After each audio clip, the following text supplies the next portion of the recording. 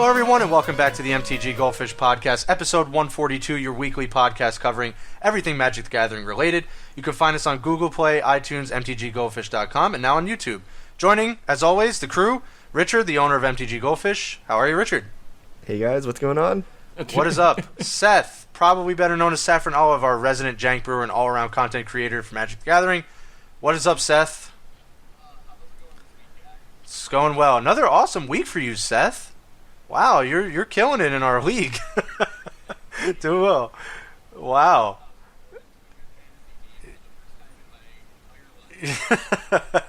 Chaz, as always, content creator for Magic the Gathering, focusing on the financial aspect of the game. On the docket, we are going to talk about Ixalan Standard. Finally, we get to see Ixalan in action. We have mixed results, but overall, I think it was really good to see a huge shakeup in the format. Some old returning awesome cards, some new Ixalan supporting cards. A lot of what we talked about kind of ended up happening, but we're going to get our thoughts overall on Ixalan Standard, fresh and new, no more old stuff. We will get into a really awesome article by Seth up on the website today, focusing on Magic Arena, some questions, some really great questions that were posed. And then wrap things up with some fish mail. And if we have time, we have like another little topic, but only time-bearing. So, what did you all think of Ixalan Standard, the SCG Open Dallas? Richard? Yeah, so everyone is holding their cards tight still. We don't have Pro Tour coming up. We have Worlds coming up, which will be kind of the first major tournament. But we saw Sultai Energy running Hostage Taker, Scare of Gods, Ramunap Red, as everyone predicted. UW Approach, Blue-White Control deck with Approach of the Second Sun. More energy decks. A deck called Esper Gift to give me a double take. I'm like, did I get a modern deck in here? But it's just Esper God Pharaoh's Gift. And over in the Classic, Zach Alsick took it down with Grixis Improvise, running Tezzeret and Herald of Anguish. So we're seeing energy, we're seeing aggro decks, and we're seeing improvise. Those are kind of the big themes here. I don't know if this will be the final metagame. Usually first week results are all over the place, but it looks pretty diverse. Nothing is like too crazy. And we're seeing some of the new cards actually take the spotlight, so it's pretty interesting. One note is Carnage Tyrant is kind of delegated to sideboard cards at this point. We didn't see too much Carnage Tyrant, so that's an interesting little tidbit for you guys out there. Yeah, if anything, there was another 6-mana dinosaur in some of these 5-0 league lists, and it was not Carnage Tyrant, it was Burning Sun's Avatar. So, but overall, I think Richard pretty much nailed it. We see a lot of supporting Ixalan cards, a lot of Hostage Taker. We saw the Ripjaw Raptors. We saw a ton of Deathgorge Scavenger that pretty much did a ton of work all over the weekend. It was in Andrew Jessup's Sultai Energy list, delegated to the sideboard, but a full 4 of, and we saw on screen just how great it can be to kind of overcome those Ramunap Red matchups. And another list over in the Classic that I really like, hopefully this goes somewhere, we actually talked about this last week, but yeah, Zach Alsick did take it down with Grixis Improvise, but right outside the top 8, Lee Livingston with white-black tokens. And this was kind of where Seth was hoping this would go. We saw like Hidden Stockpile, Anointed Procession, and a lot of really sweet cards in this list. I hope this continues on like a trend going forward, because this list looked awesome and a ton of fun to play. But like Richard said, again, going back to it, a lot of red, a lot of energy, and approach lists. So I think cards are being held very tightly before Pro Tour and Worlds. Yeah, I think it'll be interesting to see Worlds, which I believe is this weekend. So we're going to have some pro results coming soon. As far as this weekend, energy is clearly like very good. We're not really sure what the best energy deck is. We see traditional Teamer, we see Jund, we see Sultai actually taking down the tournament. So the energy package in Synergy, supported by Hostage Takers or Ripjaw Raptors or Deathgorge Scavengers, depending on your colors, seems to be very, very good. Otherwise, I don't know. It wasn't a super spicy tournament. If you dig down in the standings a bit, you can find some cool stuff. Like, there was a dinosaur deck that made it. There was a green-white vampires, I guess they're calling it, list that managed to top 64. If you go to the classic, Cats Tribal actually made the top 32. So there's still some cool stuff floating below the surface, but it's pretty predictable for week one. We knew the energy decks were good. We knew Ramadan Bread was good. We knew that the approach decks were good. They didn't lose much of anything. So I think it's unsurprising that those lists were at the top for week one. But that doesn't mean they'll be at the top come Worlds or Pro Tour a month after that. Interesting to see the top cards are still pretty much a braid. Attuned with the Aether. Even Glorybringer's still a huge key piece to this standard. I think it was... You're right, Seth. I mean, a lot of what we were seeing, even in the 5-0 list leading up to the event, kind of knew that it would come down to energy lists, all kind of flavors of energy, and Ramanat Red. But it was good to even see, like, very early on, the approach lists. And I guess some of the different varying... spices of energy kind of mixes it up a little bit because you get a whole different package of cards, except kind of Scarab God. It does seem like with Aether Hub and everything like that, everything's trying to splash for Scarab God, and what a powerhouse that has become over rotation. Took a little while, Seth, but looks like Scarab God easily emerged as the best god of the of Amonkhet. And it's just so much. It just takes over games so quickly. It might just be the best card in Standard period I think so. right now. Yeah, I think so. All right, I got a fun fact for you guys. Out of the top 64 for the SCG Open and the top 32 for the Classic, how many Jaces? One in a sideboard. The correct answer is 1, but it was Jace Ingenious Mind Mage. No! Main deck in the 10th place 4-color energy list by Jason Tab. No! We did it. We did it. We got No, the I'm telling you, Planeswalker the deck Pirates Jace list in the deck. it's the secret. That's what everyone's holding back. It's Jace. They don't The want secret people Jace to know. list? Yes. Ingenious Mind Mage. See, I knew some sort of Jace was going to be good. Is this the first? Is this the first ever like tournament finish for Yeah. a Planeswalker deck? Planeswalker. Yeah, I believe so. To be fair, if it's a one-of, it seems like it was But it's a not troll. bad. I don't know why everyone thought it was so bad. I didn't think it was super terrible. Now I'm super disappointed. I didn't predict a Planeswalker deck Planeswalker to do good this set. I think I've done it every set since they've came out, and this was the first set. You didn't even I'm talk done about with this. these. I'm done with it. It's never going to happen, and then there you go. Planeswalker deck's breaking standard. You didn't even talk about this one. That was actually kind of funny. Because it's +1, it's on tap, works so well with Glorybringer. Look at that. That's a combo. That's a combo. Look at that. I will Look at say, those combos. Going back to the actual results, if you're feeling a little down that there wasn't more new stuff, remember that so many of the decks were basically just pre-built. If you think about going to a tournament this weekend, like, sure, you could go really deep and try to Tezzeret, try to Marionette Master, and we saw that stuff. But if you're just trying to win the tournament, it's really hard to not be like, okay, I'm just going to pick up Teamer Energy. I'm just going to pick up Ramadan Bread, because you know those decks are good. Maybe Marionette Master or Tezzeret and Grixis Improvise or one of those things is actually like it's extremely broken deck and it's going to be insane. But it's really hard to make that decision on week one, I think, when you have these decks that you already know are super good that you can choose from. Yeah, I mean, I think Herald of Anguish is still a pretty good card to cheat out as quickly as this deck can cheat it out. Yeah, it's just the problem is you're I mean, again, red just still has so many good cards to fall back on. Energy with its mana base and with Aether Hub can just splash into so many different great things, and it still plays Glorybringer. It's still like a base good deck that, you're right, like going forward, things could change and maybe one of these lists is actually better than we think, and pros recognize that. it just seems really hard to me to choose that. Maybe even going into the like Pro Tour, definitely Worlds. That like how do you not choose one of these energy lists or red when they're so strong?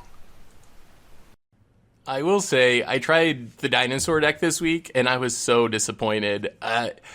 On paper, I was like, oh, this is going to be awesome. I have all these huge creatures and I'm just going to smash face.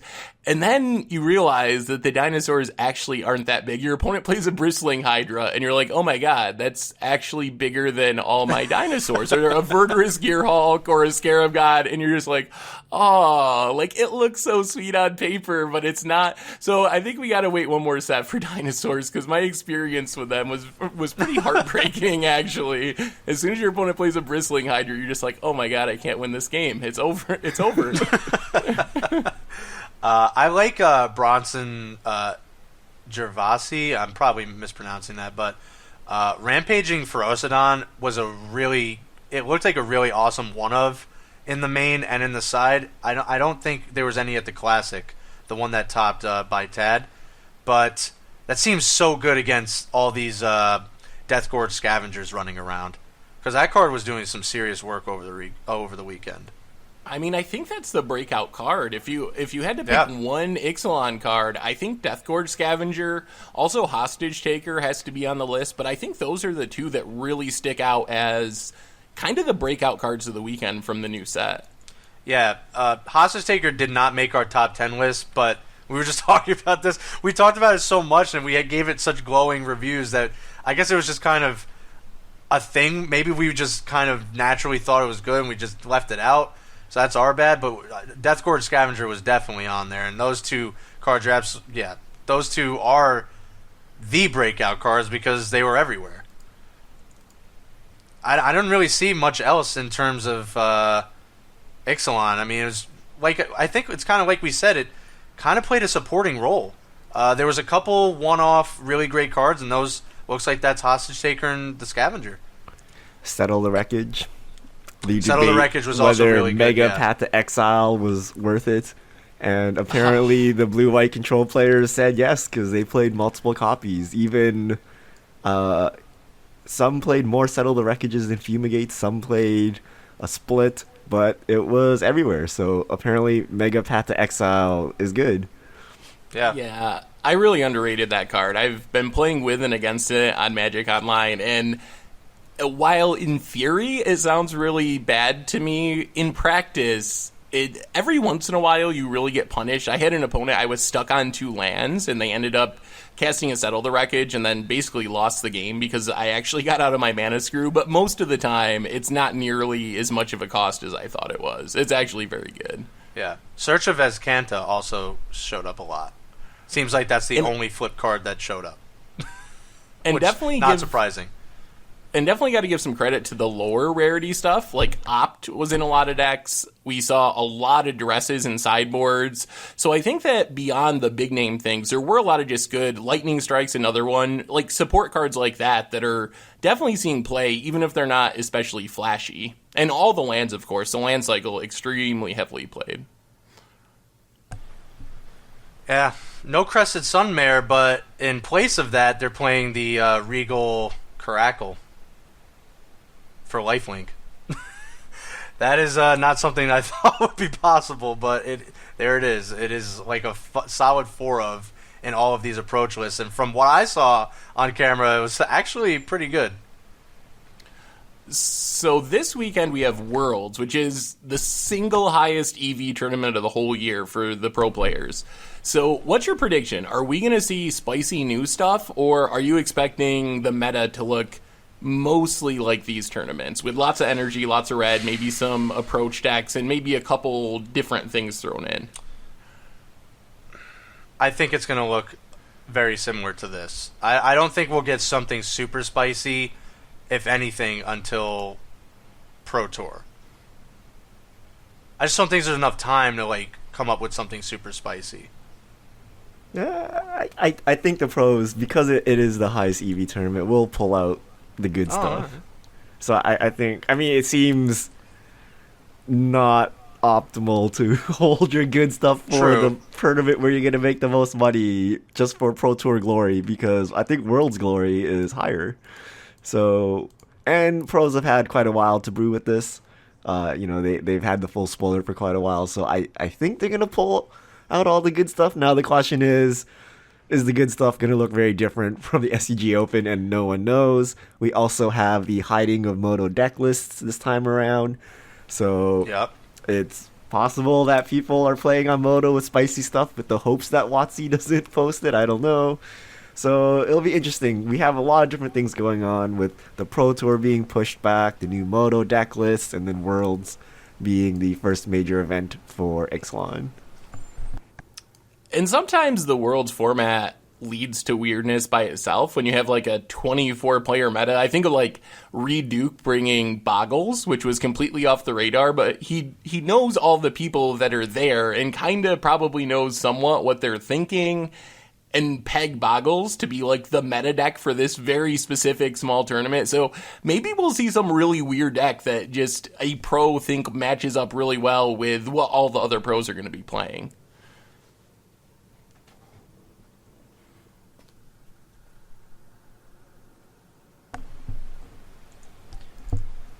I really hope this tokens list keeps going. I love this list. There's I a just can't sweet one stop. that's been on Moto with Veraska as well. It's basically the same deck, but splashing Veraska as a finisher, yeah. Yeah. I think that can go somewhere. I really do. It looks really fun to play. The engine is strong. Anointed Procession Hidden Stockpile has been close for a while now, so I think there's a chance. You never know. Yeah. Yeah, I mean, we'll see. You bring up good points. Probably doesn't do anyone any good if you're not pulling out all the stops for Worlds. So, between Worlds and Pro Tour, I think we're going to have a really good grasp on what Ixalan Standard is all about. But a lot of the signs are in front of us. I mean, Scarab God is insane. Glorybringer's still great. So I don't think too much is going to change, but maybe, I mean, all of these lists looking optimized will look really good.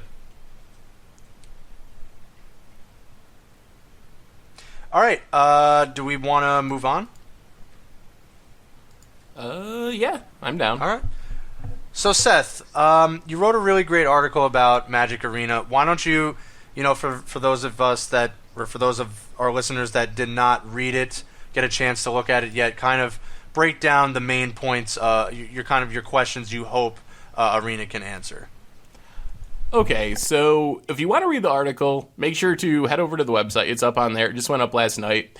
But basically, Wizards has made it really clear that they want feedback from the community. There's a lot of things that are still up in the air about Arena, so I wanted to kind of get my questions and answers out there while there's still time. I felt like this was a time to do it. So anyway, the things I was looking at that I think are really big determining factors in how successful Arena will be is, number one, how much is it going to cost? Like, is it going to be cheaper than Magic Online? Like, really cheaper and not just fake cheaper when you consider prize support and the phantom versus real card thing. How you get cards, are you able to just somehow buy a deck of cards, or do you have to play endless missions and hours to be able to get them?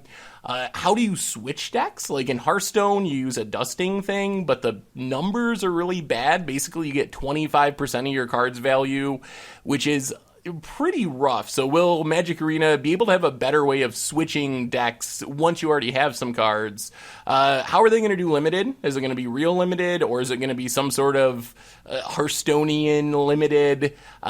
Can they do the animations and the gameplay correctly without it lagging the game, since they've announced that you're not going to be able to turn off animations? So can they nail it with the animations, or will we have some of the Magic Online problems transfer over to Arena? And lastly, what do they do about Magic Online? Assuming those first questions are answered well, and Arena's a smashing success, Wizard wants to have only one digital platform. What do they do for all the current Magic Online players who have been pouring money into the game for the last 15 years? What do you do for those people? So those are my big questions.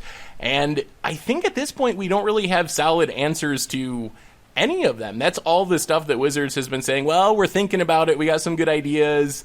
I'm assuming they want to test some of it in the upcoming beta. So I don't know. Those are my questions. What do y'all think? They're good questions. Yeah, they are good questions. I don't know. I think how they answer it determines whether WotC is a 2017 gaming company. Because previously, my, I guess, complaints against WotC is they don't understand the gaming aspect, right? They understand, like, yeah, you can play a game of Magic online, but people, want ranked queues, they want glamour, they want stuff, they want, like, all of these gaming aspects that are not necessarily in Magic Online. So how they tackle, let's say, the free-to-play aspect, how they tackle getting people to come back, daily quests, free rewards, things like that, is going to determine whether this is successful for the random casual person. So how they answer these questions that you pose, I think, will pretty much determine the success of this, beyond just for Magic players, but for everyone. Do they understand that, people want to play games with pride on the line and not money on the line, right? So up to now, they've just copied Hearthstone, which is cool, but we're starting to get into territory where there are very specific Magic the Gathering things. Things like, can you work through animations while resolving your triggers, right? Hearthstone doesn't have triggers, your animations go off, you keep clicking, no problem. But Magic, when Carnage Tyrant is flailing around, can I respond to triggers, right? Or is it going to hold up the entire game? So here we start getting into new territory where you can't just copy Hearthstone because you're running into Magic problems. So I'm very curious to see what they do to solve these problems. Yeah, I think animations, like, that's definitely a thing.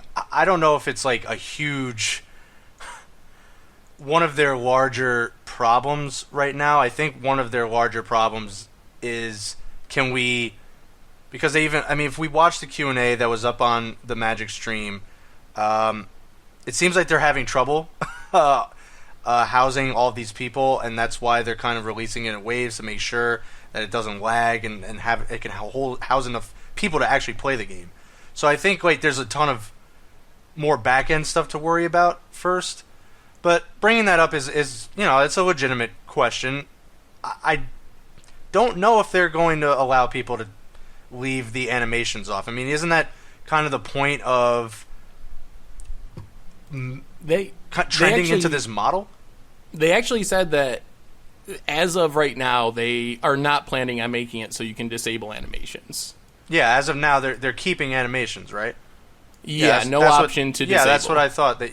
So that's kind of the whole point of going to this model, right? It's supposed to be flashy, inviting, and kind of drawing in new players that, cool stuff happens and what have you. Maybe for old timers, well, specifically Seth, that's not something you want to look at all the time, and I get it, but that's kind of the whole aesthetics of it. My concern with the animations isn't having them. Like, I've been clear that personally I would prefer just playing Magic and I don't care about animations, but that's not a deal breaker for me. What's a deal breaker for me is if I'm losing games and my turn's timing out because animations are lagging the game, performance issues with the animation. So I'm okay with them doing animations, even though it's not my personal preference, but they really got to nail the animations in a way, like, the first time I lose a game because it's lagging, because Carnage Tyrant is, like, flashing around, that would be very hard for me to keep playing Magic Arena if I'm losing games because of that aesthetic stuff. So I agree with that sentiment, although you continue to do it to this day. So many recorded videos you've lost due to timing out, due to the clicking of random combo decks or slow control decks on Moto. So while annoying, winning with, say, Mono Blue Tron is horrendous. Winning with Splinter Twin or something when your opponent actually makes you try to click through is horrendous. People have lived through it. But I agree that animation should be smooth and fluid. I don't think they're going to allow you to disable it, because what will happen is all the pros will just disable all the animations, And then when you're a casual person browsing Twitch, you're like, oh, what is this Magic the Gathering game? Why does it look terrible? Right? Because everyone's playing on low quality. You cannot have it be a competitive advantage to turn off animations, because then everyone will, and then the game will be basically, a game without animations. So in the world of Twitch streaming and live streaming and all that stuff, I don't think you can do it. You got to make sure they play and they're crisp and they don't bog down gameplay. And Hearthstone has done a pretty good job, although there's some weird edge cases, but the trick is bringing that to Magic with triggers and the stack and all that stuff. They didn't look too crazy to me, so I think they kept them low-key enough that they're not taxing on a lot of... I mean, imagine Splinter Twin, where you Splinter Twin a Carnage Tyrant. So every time you make a token, the dinosaur thing comes out and flails around, and you're making like 50 tokens. Like, what is gonna happen? It's those weird corner cases that will start getting I guess we'll find crazy, out. Right? Yeah, so I mean, I think they can do it right. Hearthstone is a good example. I don't especially like having all the animations in Hearthstone, but I'm used to it. They don't bother me for the most part. There's occasionally times when they cause problems in the game, and that really bothers me, but just having them exist isn't a big deal. So I hope they just really focus on that, because it's true that we deal with a lot of problems with Magic Online, but for me, if I'm going to switch over to Magic Arena, the selling point is going to be because it's better than Magic Online. If you're asking me to buy a whole new collection, grind for cards, etc., etc., etc., there's going to have to be a benefit there. And if I'm getting the same performance issues, then as someone who's already established in Magic Online and comfortable with it, it would be a tough sell to get me to move over if I'm just moving to the same issues on another platform. That's a good point. Yeah. The thing is, I think a lot of these questions were sort of answered in the stream, more sort of the meta perspective of like, where does MTGO go? I think MTGO doesn't go anywhere anymore. I think they made it pretty clear that they want this to be Magic's representation, like in the digital realm in 2017. Like, I was talking, and I did another cast, and we were throwing out numbers, and it just, while MTGO still makes them money, they will keep it around. But I think as soon as MTG Arena surpasses like the user base and how much they're making off of MTG Arena, even breaks even or surpasses, which I don't even think it'll be that long, MTGO is done for. And Richard also brought up a really good point that I'll let him expand on in a second here.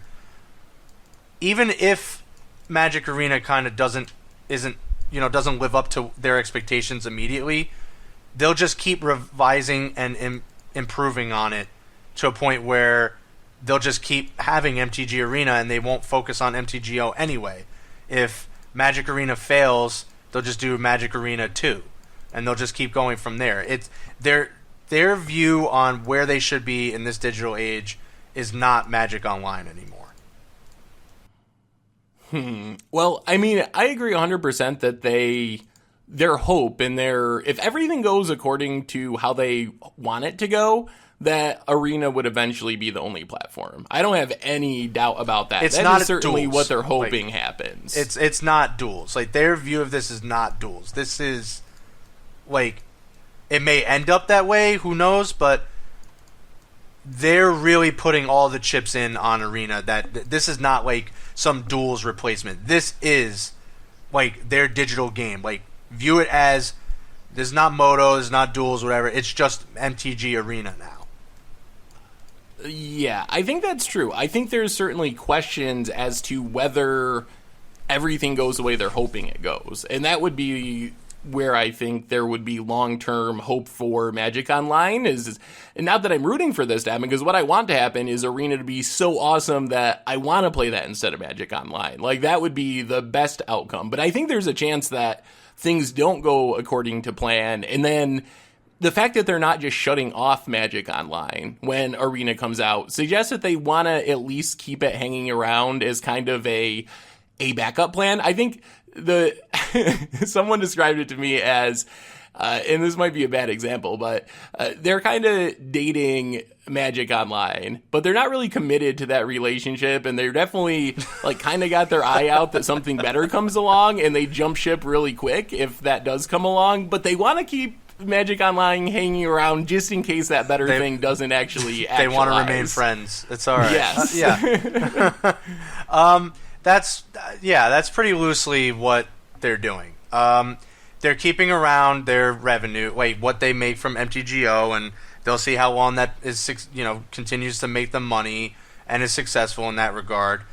And if MTG Arena doesn't work out, you still have MTGO. But I just don't think it's going to take that long. I mean, throwing around numbers, and again, I don't know if this is true. You guys play MTGO a lot more than I do. But, you have Nathaniel from Card Order throwing out numbers like 10,000 users on any given day. In the gaming realm and in 2017, that's a dying game. You don't see, all these games with 10,000 users, those are games that have been dying or have been just limping along, or they're close to death. That's not a huge number these days. Yeah, I don't believe Magic Online is the fallback. I can see how some people see that, but I just can't see. I believe that's the fallback of will amputate your arm. If all goes wrong, we can do it. But you're not really planning for that outcome. I think if Magic Arena fails, everyone is fired, their digital person, CEO, they're all in hot water. They're all fired, right? They're not sitting here oh yeah, we'll fall back on Magic Online. I think they're just not saying anything because they can't cause a mass panic. You can't just come out and say, oh, we're turning off Magic Online as soon as Arena goes, because everyone will sell out right now. It would make them $0, and their $100 million revenue cash cow goes to zero overnight. So they have to phase it out slowly. But I just can't imagine, 2019 shareholder meeting. Yeah, we failed Magic Arena. It doesn't work. But we have this program which people affectionately call a 1995 program. We're going to keep it going for 5 more years. Have faith, buy more stock. I just cannot see that happening. It's just total absolute failure. So I think they're going to put all their eggs in Arena, and they're going to execute, and they're going to force it through. Even if it's only 51% better than Magic Online, they'll put all their eggs and go with it, because they can't just lose another 5 years worth of work or 3 years worth of work or whatever and go back to Moto. Yeah, and the rest of those questions, I mean, largely are going to be answered from what the players put into it, right? And all these people, that's why it's so imperative to sign up for the beta, because they're going to need our help answering those questions for us also. So if, animations are a problem, if enough people complain in the beta that, hey, I'm getting timed out by all these animations, what can we do? This, that, and the other thing.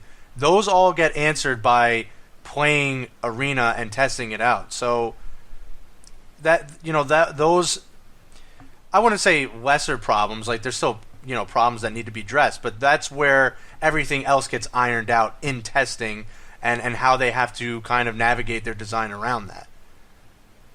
Yeah, if you have strong opinions about what you want to see out of Magic Arena, which, as we've been saying, Wizards' plan is pretty clearly to have this be, if things go according to plan, their only digital platform at some point. So if you are a Magic Online player or someone who hasn't played Magic Online because you don't want to double up on your collection, but you're interested in Magic Arena, make sure to try to sign up for the beta. Make sure to email and send stuff on social media, because right now things are still malleable. There's still a lot of big decisions being made. And like I said, that's one of the reasons I wanted to write this article now, because I think there's still time with the beta just about to start, with a lot of these questions still being in the decision process, that we can actually, help push Magic Arena in the direction we want to see it go. So whether you agree with my opinions or not, make sure to let your voice be heard, because it really can make a difference right now. Wizards has been really clear that they're going to listen to feedback. Absolutely. And already, even on the stream,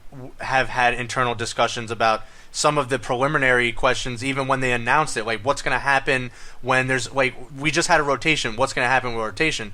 Well, they sort of alluded to, not so directly a new format or something that MTG Arena can house on MTG Arena that you can still use your older cards. Maybe it's not a new format. Maybe you can just like you get all this dust or something, and you can create the new cards.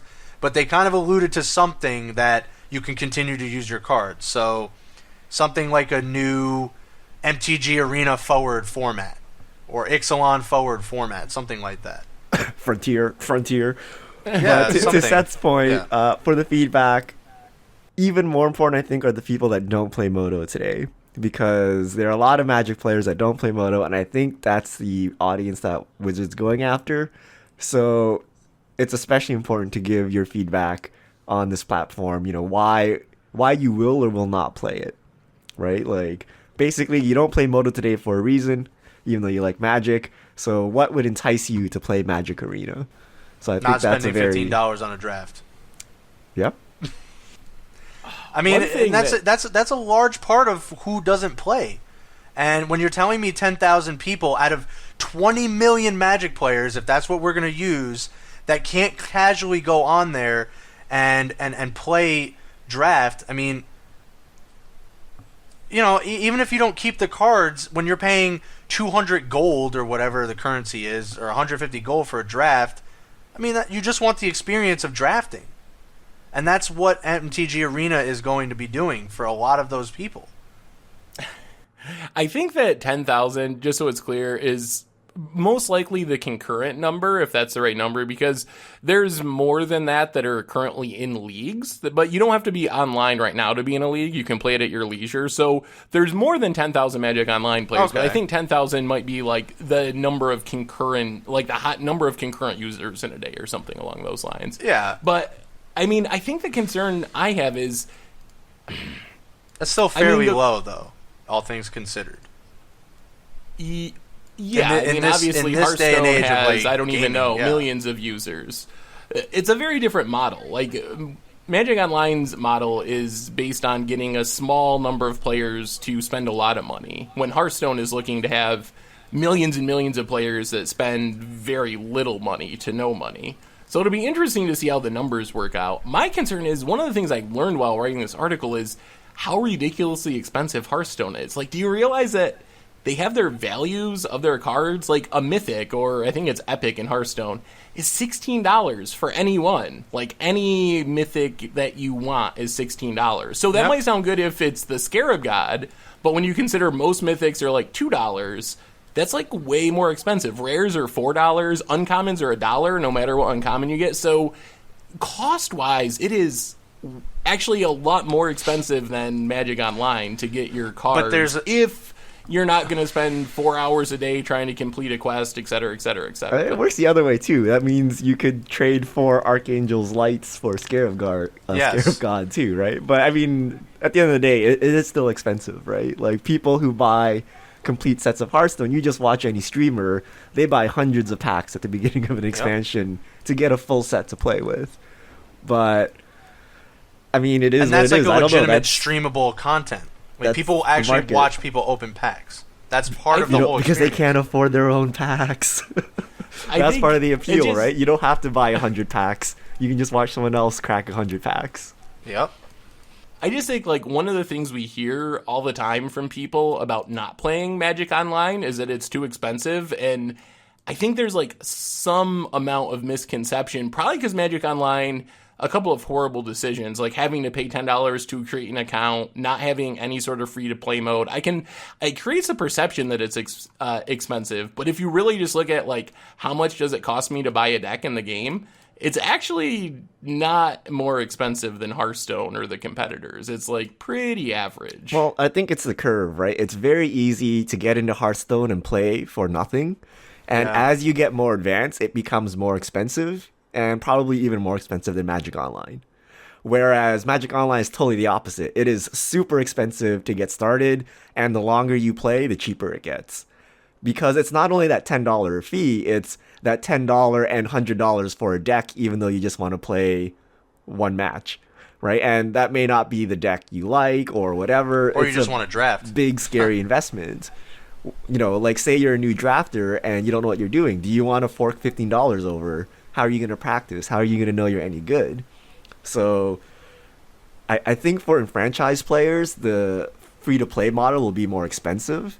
but for brand new players, it'll be a lot cheaper. So you're kind of that's- sucking them you in can- with the and- cheap price and then and getting you them could- once they're hooked, right?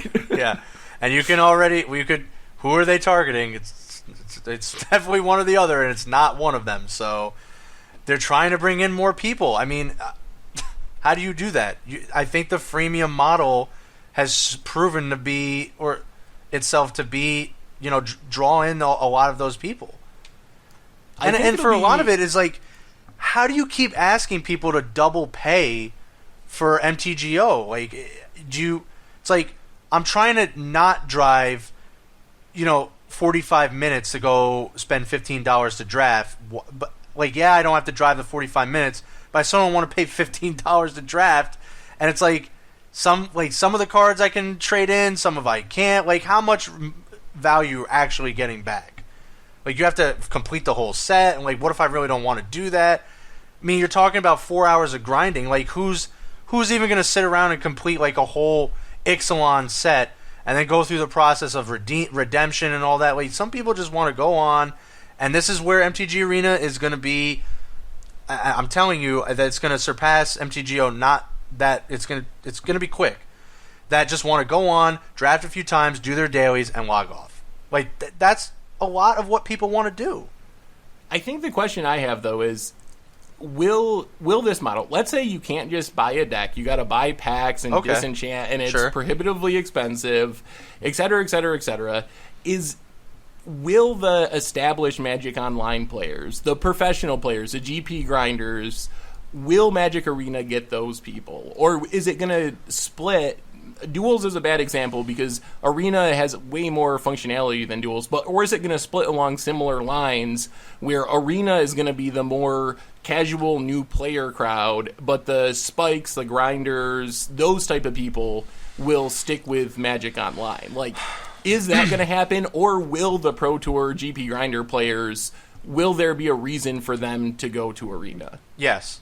And not that this should be the solution to this, but a lot of those pros and even people like yourself, Seth, I mean, a lot of them get accounts with a lot of the cards on it. You're able to borrow cards. You're able to, people will donate to these people, these streamers and what have you, to buy packs. Like, it starts getting into that realm. And I don't, like, that's not a legitimate solution to if that's an inherent problem of Magic Arena and its cost. But those people up at the top, like, and franchise players and the people that stream and the pros, they will be fine. And I don't think it'll be a huge crossover from MTGO. It'll probably actually be easier when they get handed these accounts. Go stream, put our logo on your overlay, and here's a donation of $20. Go buy some packs, like, so we can watch you open them. They'll be fine. You think that Wizards will do that? They don't do that. They already have, Online, haven't they? Could. They've shown that they can go out and aggressively recruit, like, someone like a Maz to go showcase this game. Yeah, I mean, some WotC people do have special accounts, right? The broadcasters get special accounts so they can test to play. Employees, yeah. Well, they're not employees, though, right? They're just the contractors. But I think Seth's point is valid, but not for the pros. I think Chaz kind of nailed the pros. I think it's the tier below the pros. Sure. Where you're a serious player, you go on Goldfish, you look at the tier 1 decks, you want to know what they are, but you're not, 1900 or 2000 or whatever limited. You can't just play 5 matches and come out ahead with enough, currency to buy all the packs, right? But you still want all the cards. Those people will be in a hard place, I think, depending on how this plays out, because you're not good enough to go infinite, quote unquote, and you're not big enough to get sponsorships or free accounts, or you don't have a big enough Twitch following or whatever, but you still need all the cards. So I think those are the people that will be hit the hardest, depending on how this goes. But I think the pros will be set. Like LSV, I don't think has any problem getting all the cards he wants. He can buy them himself. He can get them from WotC. He can get them from sponsors. He can just grind them with his, crazy win percentage. Like, I don't think those pros are the problems. It's more of the middling people, people like us. Not us, because we have special hookups, but people our skill level, So I don't know. Hey, now I 5-0'd a league this week, Richard. So take that back. Do you go infinite with against the odds? Do you generate enough play points? But and again, that's still kind of the unsolvable problem, because and that's going to be true for all games. And I don't even think it was even solved with Moto either. But remember, I think They suffered in Moto. WotC doesn't need to make the same amount of money from cards. So I talked about this earlier, That's- but yeah, even if that's the WotC thing. made $0 from Magic Arena, it could still be positive for them because it funnels all those players into paper. Like if or Arena the Moto. or Moto. The other thing is you can sell other things: sleeves, skins, portraits, all of the battlefields, all of that stuff is money they're just generating out of nowhere. So you can afford to make the cards worth less.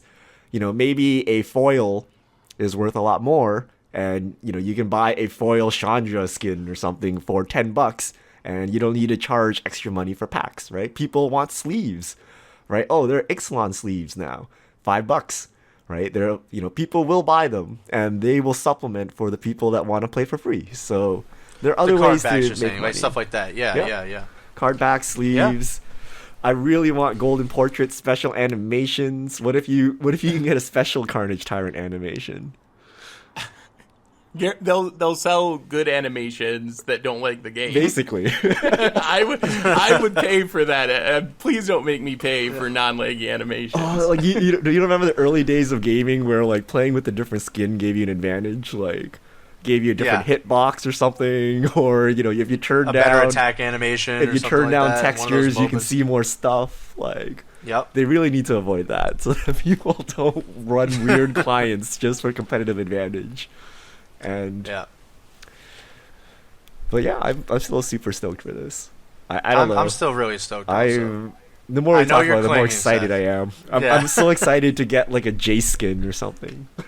I'm just excited to try to get on there and play. I just want to really play, and like Seth and Richard and myself have said, they're willing to listen. So it's better that more people keep signing up, because that's really where the direction of the game is going to go. Is going to be player driven, and they're going to listen to a lot of our feedback.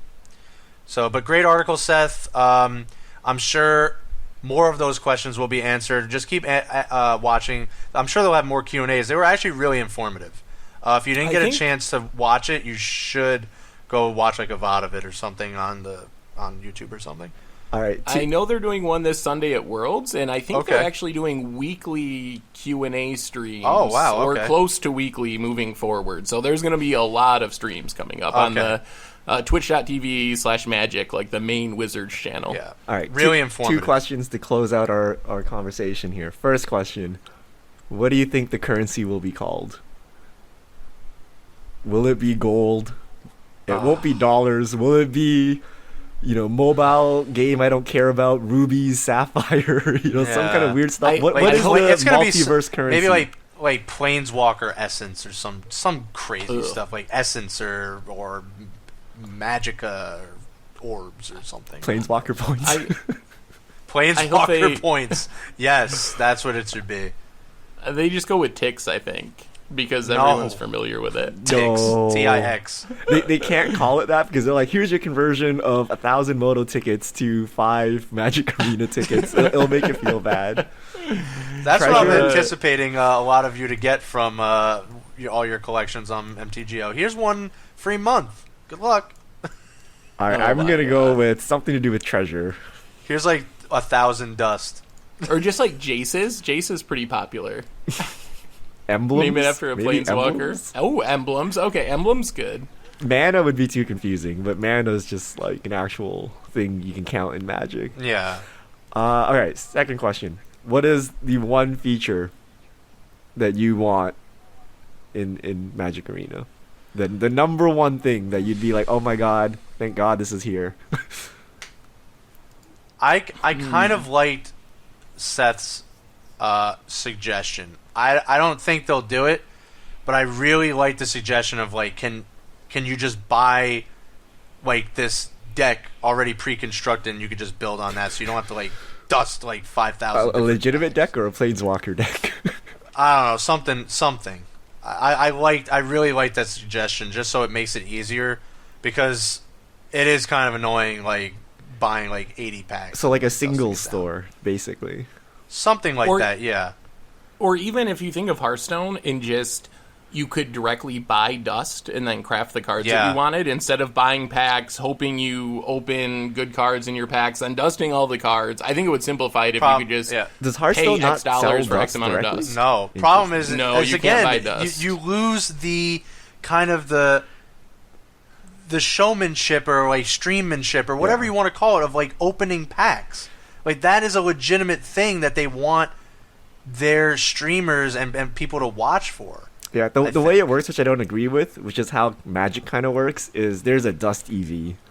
When you open a pack, your dust EV is like 20 or something, right? So if you know you need the complete set, you can calculate how many packs you need to buy. But that means half of your game is played in a spreadsheet, which is not exciting, which is kind of the Moto problem. Isn't that what people want to move away from? Like having to. I'll tell you what, I'd rather stuff. play in a spreadsheet than get that god awful starter pack that MTGO gives, which is like $2, maybe even not. Even I want no spreadsheets. I want it to be easy. So hopefully there's a single store or something where you don't need to do. You don't need an EV calculator to figure out what to do, right? You can just intuitively figure out the best course of action. Yeah, that would be probably better. Like a single store, and you kind of you cut out the pack opening, but people just watch you play, so it's like it evens out. I think for me, it's got to be, well, apart from what you were saying, being able to get a deck is huge for me, but I think I'm going to go with real limited. I will be very disappointed if we have some weird Hearthstone, see a few random cards, grab one. I think I'll be very disappointed if it doesn't have actual, like, real packs of cards, pass it to someone, you get a pack with a pick missing out of it, etc., etc., etc.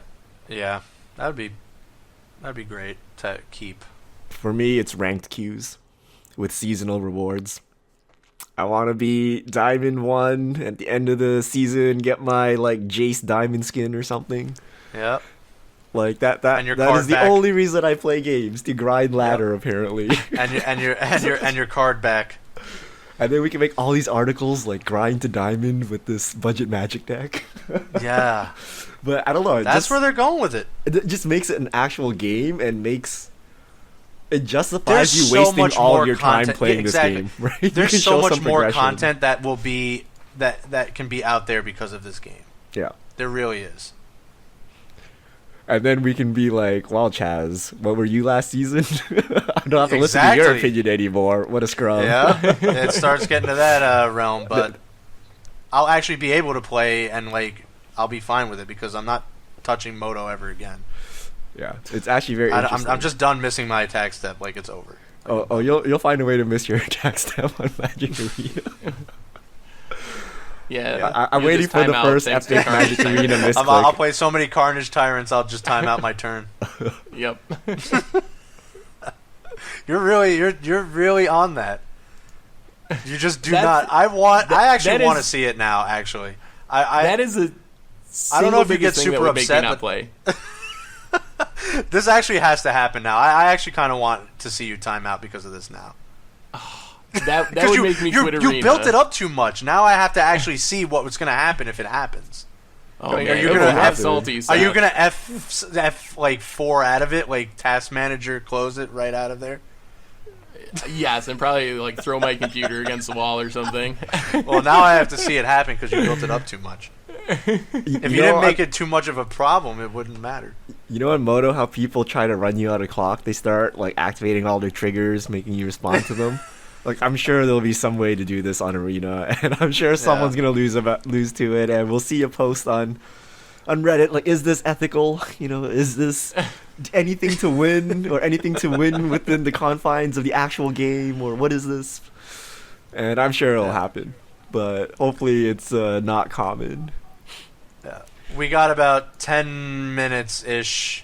Maybe a less than that for fish mail, so we gotta rapid fire these. All right. If you have questions, send them to @MTG Goldfish with the hashtag MTG Fishmail. First question: Azkra, Cadon, everyone please contact letters at idwpublishing.com to ask for the MTG comic to be included in Hasbro Universe. Question. What is Hasbro Universe and why is Magic comic not included already? I don't know. All right, but yes, do that, I guess. So letters at IDW Publishing. IDW makes the Magic comics today. Will we see... Oh, next question. Snacks 1989. Will we see standard against the odds, mechanized production, treasure token deck? Treasure token deck, yes. Mechanized production, have to see if that makes it in the treasure token deck. All right, next question. Warlord. Because Commune with Dinos gets all lands, can we have a Dinotron deck with Commune as Stirrings 5 to 8 and Dino instead of Eldrazi? Do it, Seth. I mean, the problem is you got to have colored mana for your dinosaurs, which is a little sketchy, but it sounds fun. Is Walking Ballista a dinosaur? You could just use it to get lands and then play Karn and win on turn 3. That works too. Alex McAllister, would you guys ever consider making Pauper content on a regular / semi-regular basis again? I think we answered this like a week or so ago, but people like Pauper. It's noted. Yeah. Tweet Stan 12. Could Saffron Olive make articles turning standard rotated decks into modern decks? Our allies and Deep Band. That could be a fun series. I like the idea. We kind of played one with Elder Deep Fiend, so we could see more of those in the future. All right. Baldwin Man 3. You seemed against Bantu's Last Reckoning when spoiled, but Seth has used it in many decks. What's your opinion on it now? Seth. Is Bantu's Last Reckoning good? It's still horrible, but it's occasionally a necessary evil because there's not that many sweeper options in black, and sometimes you just got to kill things that are hard to kill. There we go. Next question. Proud Daddy 0312. Do you think the distinction WotC's making between TCG and CCG for Arena is valid when paper Magic is a TCG? Oh, did they say it's a CCG? Did I miss this? They did, yeah. Yeah, there's no trading. Oh. So, I mean, yes, fine. I think that's valid. Yeah. I would prefer trading personally, but I don't think it's invalid for them to make it a TCG. Yeah, or a CCG, rather. Trading, them implementing trading doesn't help them at all. Yeah. So I think it's correct to leave it off of Arena. Why don't they just call it card game? Like, does the collectible or tradable like add any value? Does anyone even know what they mean if you're not, if you're not already enfranchised, right? I didn't even know what they meant. Next question, Adriazian. Where can we see top movers and shakers not by week or day, but by a longer period, like a year or two? That's a good thing. I'm actually very curious. What do you think the movers and shakers for a year would look like? So that's a good question. It would be crazy buyouts of weird reserveless cards, but Raymond MX, is the cut on published deck lists a WotC attempt to manipulate the metagame in favor of a new set? I think so. I will say I'm a little bit skeptical because out of their 5 decks they published the day after Ixalan release, there were 3 dinosaur decks. And I was like, oh, dinosaurs must be awesome. And then I played it and got absolutely crushed, and then no one played well with it at the tournaments this weekend. Yeah. So don't worry, they're still publishing dinosaur deck lists. So and we barely saw any dinosaurs. So unless dinosaurs is like the hidden gem, we'll see. Next question, Quilted Train. Do you think core sets will be used to reprint modern cards like fetches, as they'd only be in standard for a year?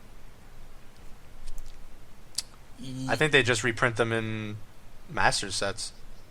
I mean, I think yes. I think they take more chances with sets that aren't in standard as long, but I don't know about fetches in specific. But I think you are more likely to see more powerful reprints in core sets than other sets. Did they say anything about core sets not being for new players anymore when they brought them back? Because previously they'd only put simple mechanics in core sets. And fetching is not. I think they said stuff like it's supposed to be for everyone this time, like for new players, but you'll like it too, established players. I think it was something along those lines, if I remember right. All right, next question. Desi no hey, why is Chalice an $85 card while Death Shadow is priced at 9 despite its ubiquity? Supply.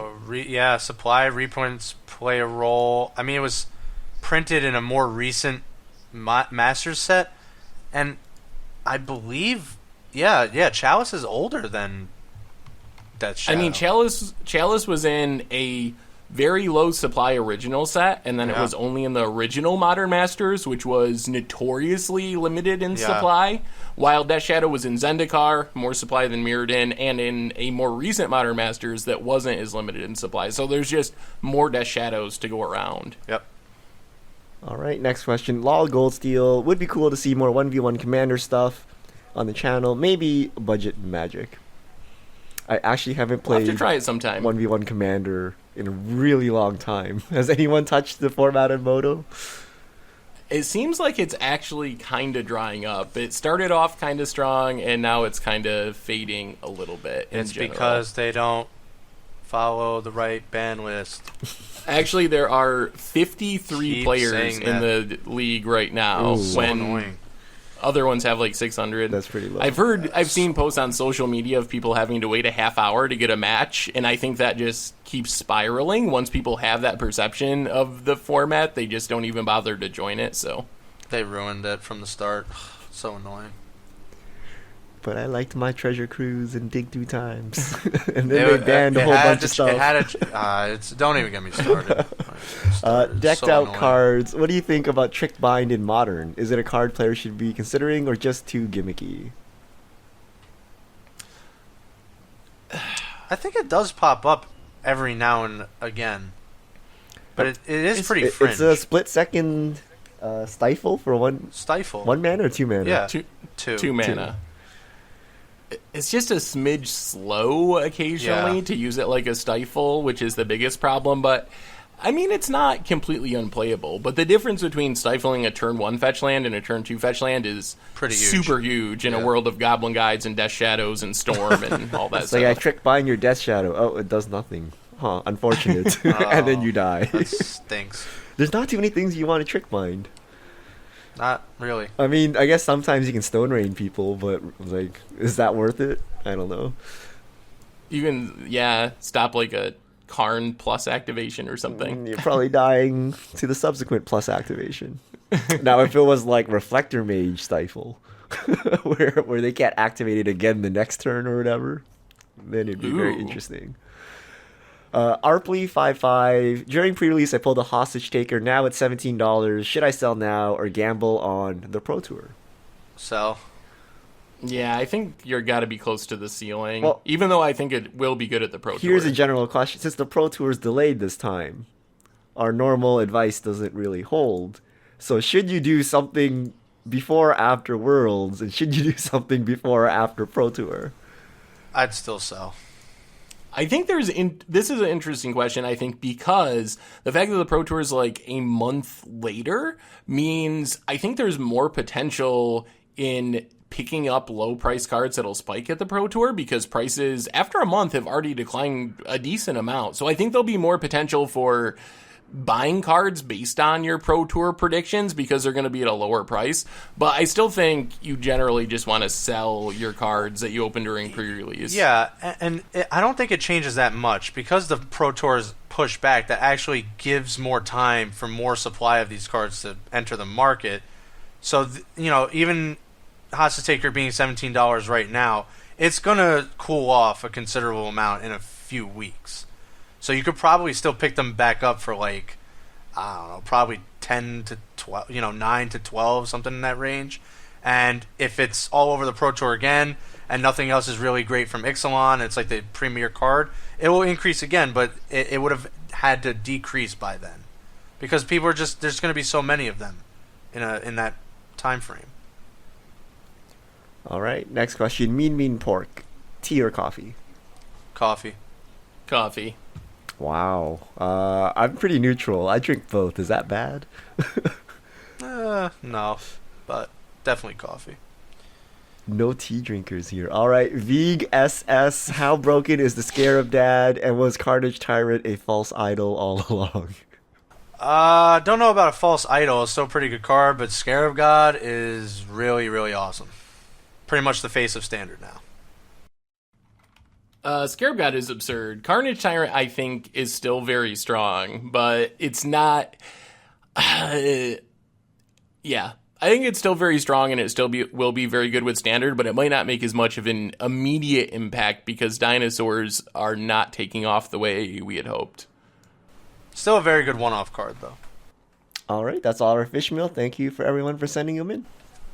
Awesome. Thank you, everyone. All right, gentlemen, that is going to do it for this week. Worlds is this weekend, right? Worlds is this weekend. So, it's in Boston right, or something, so... Yeah.